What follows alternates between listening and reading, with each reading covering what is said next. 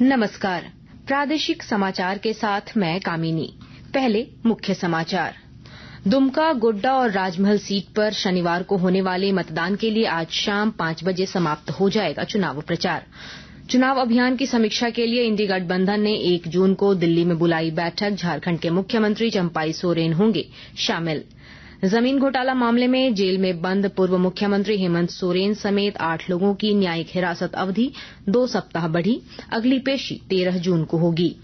गोड्डा में चल रही आयकर विभाग की छापेमारी में 2 कारोबारियों के ठिकानों से अब तक 1 करोड़ के जेवर और 30 लाख नकद बरामद। और राज्य में बार बार हो रही बिजली कटौती से बढ़ी आमजन की परेशानी, मांग बढ़ने से जारी है लोड शेडिंग का दौर। और अब समाचार विस्तार से। दुमका, गोड्डा और राजमहल सीट पर शनिवार को होने वाले मतदान के लिए आज शाम 5 बजे चुनाव प्रचार समाप्त हो जाएगा। इसके बाद कल प्रत्याशी या उनके समर्थक घर घर जाकर लोगों से मतदान की अपील कर सकते हैं। झारखंड की 3 लोकसभा सीटों गोड्डा, राजमहल और दुमका में 1 जून को चुनाव कराए जाएंगे। तीनों सीटों पर कुल 52 प्रत्याशी चुनाव मैदान में उतरे हैं। दुमका और गोड्डा में 19-19 और राजमहल में 14 प्रत्याशी चुनाव मैदान में हैं। दुमका सीट पर भाजपा से सीता सोरेन और झामुमो से नलन सोरेन चुनाव मैदान में हैं। वहीं गोड्डा में भाजपा के निशिकांत दुबे का मुकाबला कांग्रेस के प्रदीप यादव से है, जबकि राजमहल सीट पर विजय हांसदा और भाजपा के ताला मरांडी चुनाव लड़ रहे हैं। लोकसभा चुनाव के अंतिम चरण की समाप्ति के दिन 1 जून को कांग्रेस अध्यक्ष मल्लिकार्जुन खड़गे ने इंडी गठबंधन की महत्वपूर्ण बैठक बुलाई है। नई दिल्ली में होने वाली इस बैठक में गठबंधन के सभी प्रमुख नेताओं को बुलाया गया है। इसमें लोकसभा चुनाव के संभावित परिणाम और चुनाव अभियान की समीक्षा की जाएगी। बैठक में झारखंड के मुख्यमंत्री चंपाई सोरेन भी शामिल होंगे। वे 1 जून को दिल्ली जाएंगे।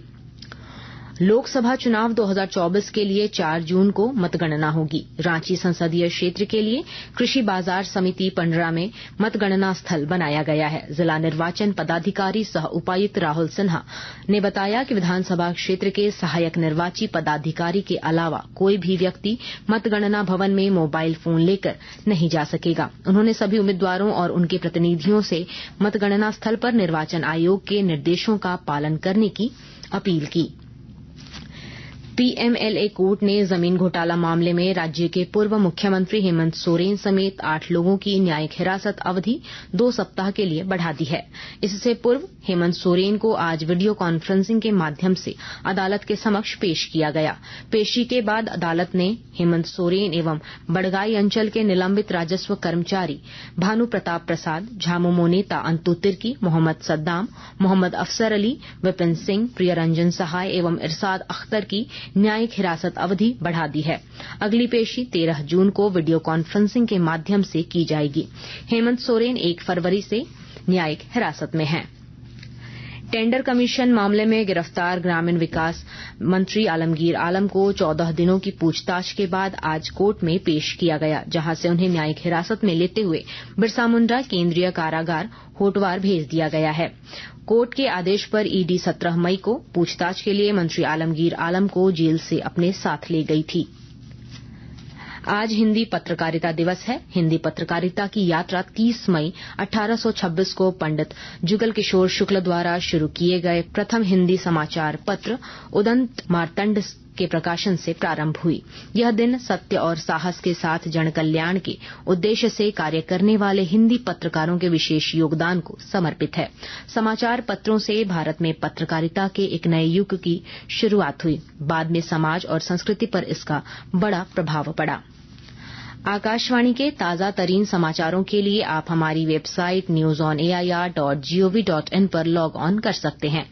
ताजा समाचार X handle @AIR news alerts और Facebook page All India Radio News पर भी उपलब्ध है। आप प्रादेशिक समाचार एकांश के X handle @AIR news _Ranchi और फेसबुक, इंस्टाग्राम पेज तथा YouTube channel AIR news Ranchi पर भी हमारे बुलेटिन सुन सकते हैं। प्रादेशिक समाचार आप आकाशवाणी रांची से सुन रहे हैं। गोड्डा जिले में पिछले 2 दिनों से आयकर विभाग की अनुसंधान टीम 2 कारोबारियों के ठिकानों पर छापेमारी कर रही है। अब तक मिली जानकारी के अनुसार इस छापेमारी में टीम को व्यापारियों के घर, दुकान एवं लॉकर से करीब 1 करोड़ रुपए के जेवरात और 30 लाख रुपए नकद मिले हैं। इसके अलावा रुपयों के लेन देन से जुड़े कई कागजात भी पाए गए हैं, जिनकी छानबीन चल रही है। व्यापारियों के ठिकानों पर आज भी छापेमारी जारी है। छापेमारी में रांची, देवघर और भागलपुर की आयकर विभाग की टीमें शामिल हैं। प्रधानमंत्री कौशल विकास योजना और नेशनल स्किल डेवलपमेंट कॉरपोरेशन के तहत धनबाद स्थित IIT ISM में सहायक खान सर्वेयर का प्रशिक्षण प्राप्त करने वाले 66 अभ्यर्थियों को कल प्रमाण पत्र प्रदान किया गया। कौशल विकास कार्यक्रम के तहत यह प्रशिक्षण 3 महीनों तक दिया गया था। प्रशिक्षण पूरा होने पर संस्थान के माइनिंग इंजीनियर विभाग की ओर से समारोह आयोजित कर अभ्यर्थियों को प्रमाण पत्र सौंपा गया। मुख्य अतिथि प्रधानमंत्री कौशल विकास योजना के उप सचिव आशुतोष कुमार ने बताया कि पूरे देश में प्रधानमंत्री कौशल विकास योजना 4.0 के तहत 7.5 लाख युवाओं को प्रशिक्षित किया जा चुका है।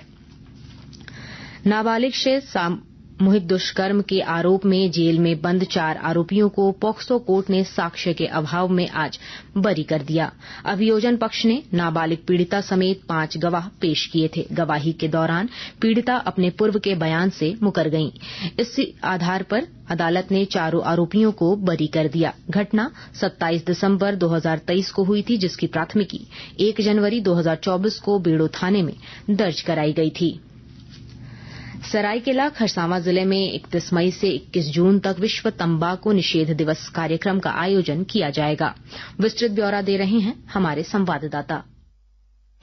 सरायकेला खरसावां जिले में 31 मई से 21 जून तक विश्व तंबाकू निषेध दिवस कार्यक्रम का आयोजन किया जा रहा है, जिसमें पूरे जिले में जागरूकता कार्यक्रम चलाकर तंबाकू के दुष्परिणामों के बारे में लोगों को बताया जाएगा। जागरूकता कार्यक्रम के अलावा जिले के सभी प्राथमिक स्वास्थ्य केंद्र, सामुदायिक स्वास्थ्य केंद्र एवं सभी प्रकार के स्वास्थ्य केंद्रों में हार्ट, डायबिटीज एवं कैंसर आदि नॉन कम्युनिकेबल डिजीज का जांच शिविर का आयोजन किया जाएगा। राज्य स्तर से प्राप्त निर्देश के आलोक में जिले के सदर अस्पताल, सभी सामुदायिक स्वास्थ्य केंद्र एवं सभी स्वास्थ्य केंद्रों के प्रभारी चिकित्सा पदाधिकारियों को अभियान को सफल बनाने का निर्देश दिया गया है। गोलक बिहारी, आकाशवाणी समाचार, सरायकेला खरसावां। हजारीबाग में बढ़ती गर्मी के बीच तरबूजों की मांग बढ़ने से किसानों में खुशी देखी जा रही है। तरबूज की खेती में हजारीबाग जिले ने पिछले कुछ सालों से पूरे राज्य में अपनी पहचान बनाई है। स्थानीय किसान बताते हैं कि मांग बढ़ने से खेतों में लगी फसल खरीदने दूर दूर से व्यापारी आ रहे हैं। अकेले चूरचूर प्रखंड में लगभग 20 एकड़ में तरबूज की खेती हुई है।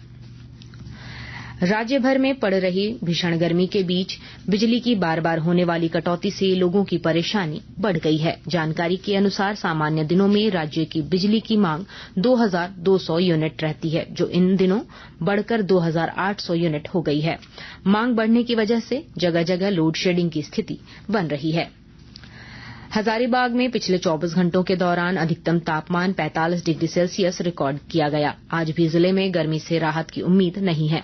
मौसम विभाग ने हीट वेव को लेकर अलर्ट जारी किया है, तो जिला प्रशासन ने भी एडवाइजरी जारी करते हुए कहा है कि अति आवश्यक होने पर ही घर से बाहर निकलें। बढ़ती गर्मी के कारण अस्पतालों में मरीजों की संख्या में भी बढ़ोतरी हुई है।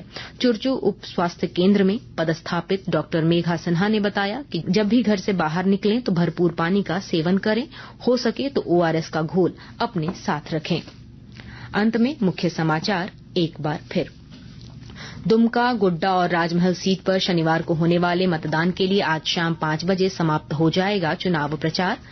चुनाव अभियान की समीक्षा के लिए इंडी गठबंधन ने 1 जून को दिल्ली में बुलाई बैठक। झारखंड के मुख्यमंत्री चंपाई सोरेन होंगे शामिल। जमीन घोटाला मामले में जेल में बंद पूर्व मुख्यमंत्री हेमंत सोरेन समेत 8 लोगों की न्यायिक हिरासत अवधि 2 सप्ताह बढ़ी। अगली पेशी 13 जून को होगी। गोड्डा में चल रही आयकर विभाग की छापेमारी में 2 कारोबारियों के ठिकानों से अब तक 1 करोड़ के जेवर और 30 लाख नकद बरामद। और राज्य में बार बार हो रही बिजली कटौती से बढ़ी आमजन की परेशानी, मांग बढ़ने से जारी है लोड शेडिंग का दौर। इसके साथ ही आकाशवाणी रांची से प्रादेशिक समाचार का ये बुलेटिन समाप्त हुआ। नमस्कार।